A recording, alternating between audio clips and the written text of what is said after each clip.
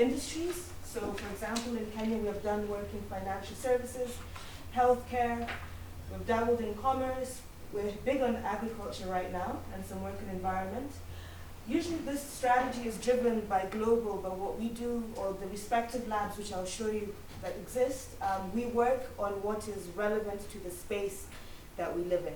So for example, in the Africa situation, we pride ourselves on being in Africa, working on Africa problems, and we don't look to import solutions, we look to create solutions that we can export that can be used elsewhere.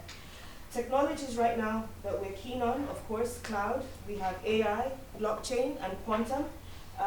My colleague here, Samuel, can tell you a little bit more about quantum. We've kind of decelerated the speed at which we are embracing quantum here because we are not there yet, although we have some of our scientists and some of our engineers are engaged in that space. Then of course at the heart of everything is science.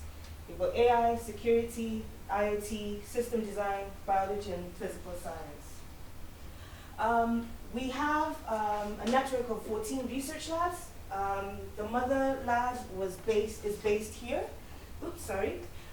We have 14, but we pride ourselves on having 2 in Africa. The first one in Africa was the one set up in Kenya, which was a result of a joint collaboration between the government of Kenya and IBM. At that time, Dr. Ndema was the PS, and when IBM was looking to set up the lab on the continent, he was a champion of why Kenya.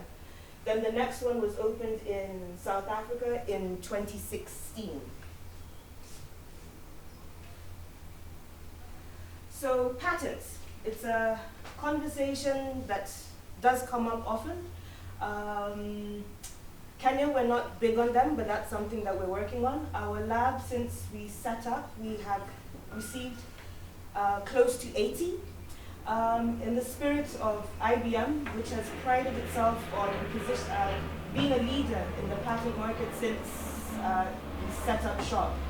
And this is a display 2018 versus 2017 on showing our patent leadership and the other entities who are close but not that close behind us. So you've got, for those who can't see, we've got Sony, Samsung, Toyota, Amazon, Google, Ford, Apple, Qualcomm, Microsoft, Taiwan Semiconductor, LGE, Intel, Canon, Samsung, and guess who's on top?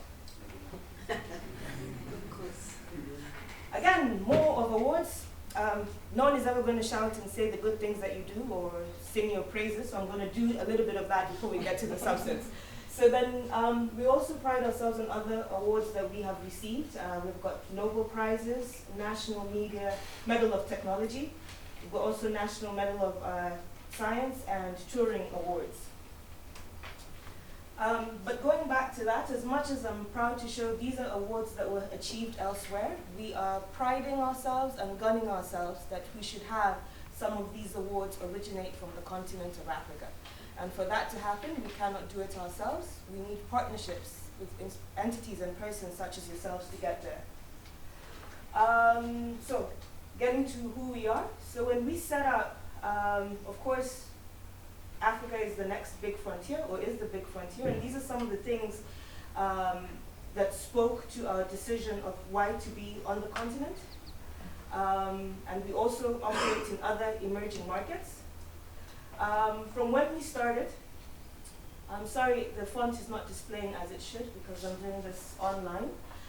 These are some of the things that we did. We had our first employee, who was Eric Mubuari, who was currently doing, at that time, was doing a master's in computer science at Stanford. One of the things that we pride ourselves in is reversing the brain drain.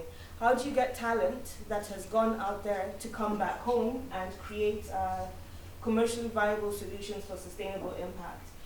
As I mentioned, in 2013, when our doors opened, our first project or client signing was with Commercial Bank of Africa, where we had a joint development agreement to develop a machine learning-based credit scoring solution. We also did a project with, and it was our first deployment, with Nairobi City County at that time, called Living Roads, where we're leveraging real-time data to inform decision making. So the vehicles that we used for this proof of concept were the Nairobi City Council's garbage trucks, and taking a smartphone and stripping it and using the sensors that it has on it to be able to tell road conditions. So you had your magnetometer, accelerometer, gyroscope, GPRS, and a whole other suite of things, and use that to make informed decisions about road quality. You're able to predict, you know where you're going to have traffic, where you had potholes, where you had bumps, so you could help the county know when and where or what needs to be prioritized. We also did work in education. We had the South Africa lab open. Basically, that's some of the things that we did. Like I said, it was only highlights, not the full gamut. Our mission is to solve significant challenges facing the continent, transforming industries and lives while achieving transformational business impact for IBM. The reason that we keep on mentioning the business component or the commercial aspect is to ensure sustainability. Oftentimes when things are done for free, nothing much comes from it. And we have discovered this in some of the work, for example, that we're doing in the northern frontier with the boreholes that have been dug there. Oftentimes what happens is you have some entity come and, is it sponsor or donate, which is the word that you don't like? Oh, donor fund the borehole. It becomes dirty, they leave, they stop funding it. The borehole is left there in disrepair or is not used. So when someone puts $1 on the table, we ensure that there's some form of continuity in the work that is done. As a lab, we embrace talent. Talent is how we fuel the work that we do. Of course, culture comes to play. The ecosystem, this is where we figure out how best to work with public sector, private sector, academia, research institutions, the development partners, and the innovation ecosystem, which includes the hubs. We try not to use a one-size-fits-all approach or methodology. We create engagements that work with the entities that we're